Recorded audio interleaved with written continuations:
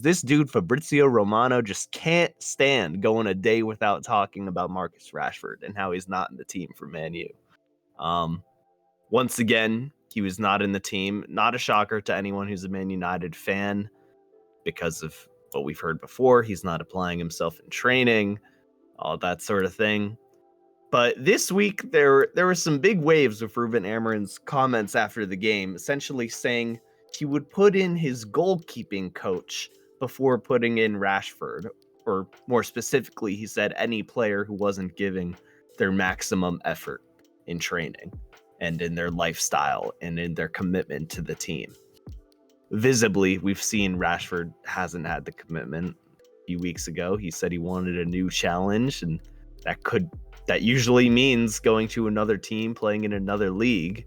But I thought Amorim's comments this week, I think it's good he's standing his ground and kind of ramping up the tone of things. I think players have gotten away in the past of not applying themselves and still starting for the team because they needed to, or because they had maybe more control over the coach and the culture of the club.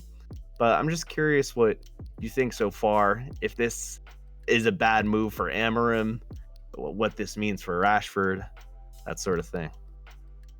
Yeah, well, I will say, as a Man U fan, like I said, I haven't been super involved with the progression, or I guess you could say regression, of the team over the past few years. But I know Marcus Rashford came in with high expectations, and he hasn't fully, he's been a little bit of a disappointment.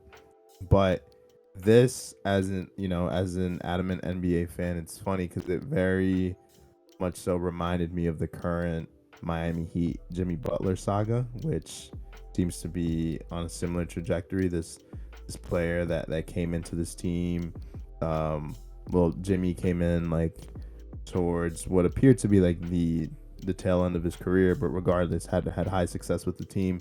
But because of his posture, because of his comments, because of basically off the court antics, just to be frank, there's been kind of a tension that's built up between him and the front office, and there's been public comments made on both sides, and there appears to be some kind of pressure.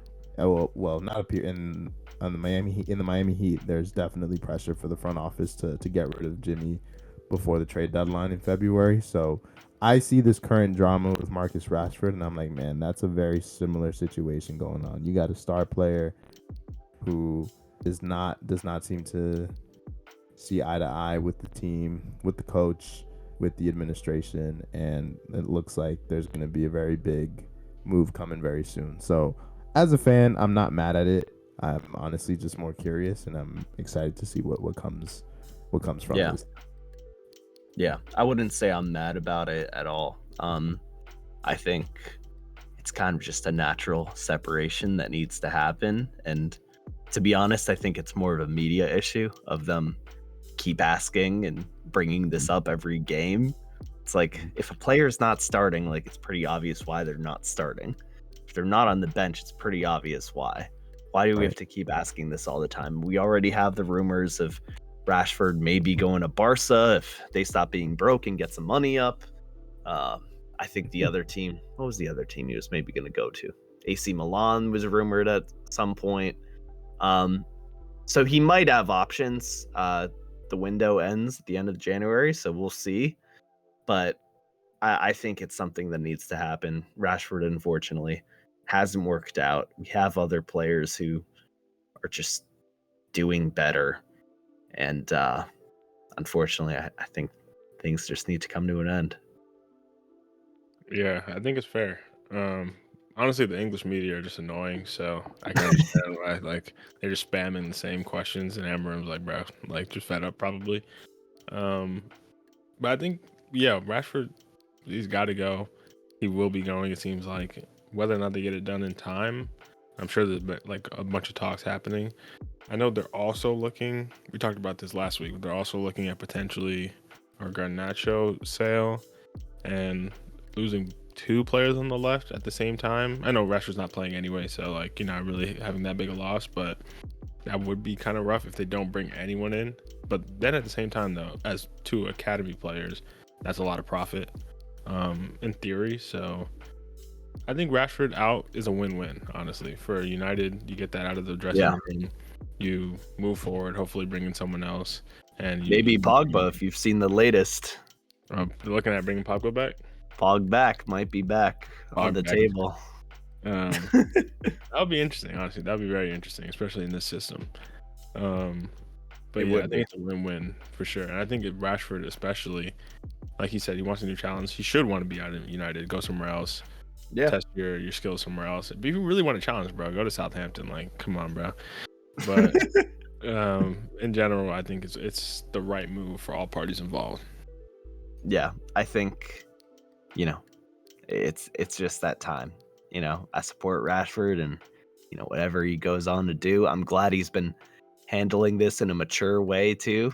After the comments, he just posted on his IG story, like, congrats on the win, lads. And that was it. No Sancho drama of like, it's all lies, the manager's lying.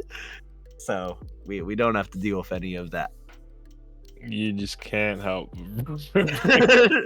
I'm just saying it speaks a lot to their respective characters. Well, to be fair, I think, well, yeah, Sancho, he was dealing with Ten Hag. That's a different story. That dude's a joke. But also, I think he's not a joke, bro. Sancho's the joke with his stats. But anyways, if you think Ten Hag's not a joke, then you were part of the problem for Man U. I'll just put it that way. But also, I think Rashford, despite how things have gone recently, is a very important figure in the recent history of Man U.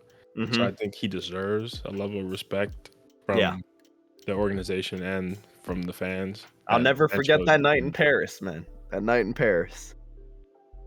Sounds kind of sus when you put it like that, but I understand. Oh my God. Bad. Look up the Man U game versus PSG back in the day. I don't know, a few years ago now. He was cooking. He was cooking back then. But yeah, I know Amorim doesn't have that history with him, so he's gonna say what he's gonna say. But I think overall it should be an amicable split because it's the best for all parties, and he also is in his own way. I wouldn't say a legend. I think you can't give out legend too easily. No. But in recent history, I think he's been a recent hero. I'll put it that way for United. In certain seasons. He was supposed to be Alex Hunter, man, but Martial. Martial also. Yeah. But you know what? He's ended up as a notable figure in the history of Man U, and if he pops off on another team, he can always come back. That'd be weird. Amorim's still there. I don't see how. If Amorim is still there, I hope Amorim's still there. So in that case, maybe not. Amorim? No. Rashford. Like 27. I want to say like 27, 26. Yeah. So, I mean, maybe he'll do a little retirement tour at Man U, but I don't think you're gonna get any peak Rashford anytime soon after this.